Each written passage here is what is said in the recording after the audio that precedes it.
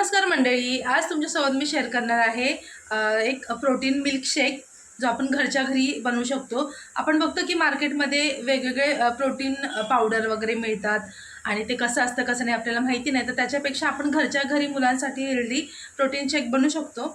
अगदी मोजक्या वस्तू लागतात आणि तितकं टेस्टी देखील लागतं, मुलं आवडीने खातील। तर चला आपण बनवायला घेऊया।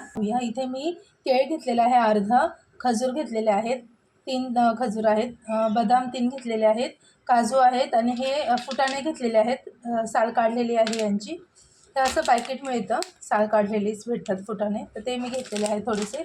आणि शहद आपल्याला 1 चमचाभर मध घालायचं आहे आणि त्यासोबत दूध घालायचं आहे। आता इथे तुम्ही जर तुम्हाला जास्त गोड हवं असेल तर साखर वगैरे पण ॲड करू शकता, पण आता खजूर, केळ आणि मध आहे त्यामुळे बघूया किती लागते साखर, त्याप्रमाणे करूया। आणि हे सगळं आपल्याला मिक्सरमधून काढून घ्यायचं आहे। आता हे जारमध्ये घातलेलं आहे आणि याच्यात आपण दूध घालूया। आता अर्धा ग्लास दूध घालायचं आहे, नंतर जे लागेल ते वरून ॲड करू शकतो। आता मध घालूया, चमचाभर मध।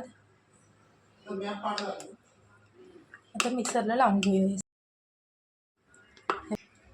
हे बघा, असा हा शेक तयार झालेला आहे, काढून घेऊया ग्लासमध्ये।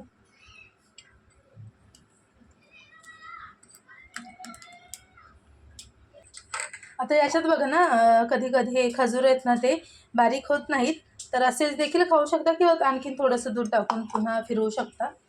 आधीला हे असंच खायला आवडतं, त्यामुळे मी असेच पीसेस ठेवते ह्याच्यात। तर बघा, असा हा आपला प्रोटीन शेक रेडी आहे।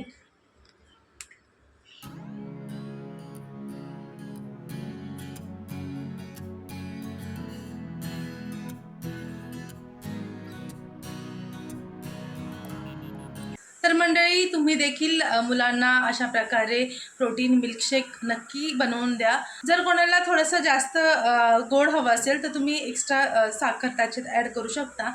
आणि मध आणि खजूर वगैरे असतं त्यामुळे इतकं काही गरज पडत नाही, पण जर कोणाला जास्तच गोड हवं असेल तर तुम्ही एक्स्ट्राचं साखर टाका। नक्की एकदा बनवून पहा आणि कसं वाटलं मला कमेंट करून नक्की सांगा। आपण भेटूया नेक्स्ट व्हिडिओमध्ये। Bye bye.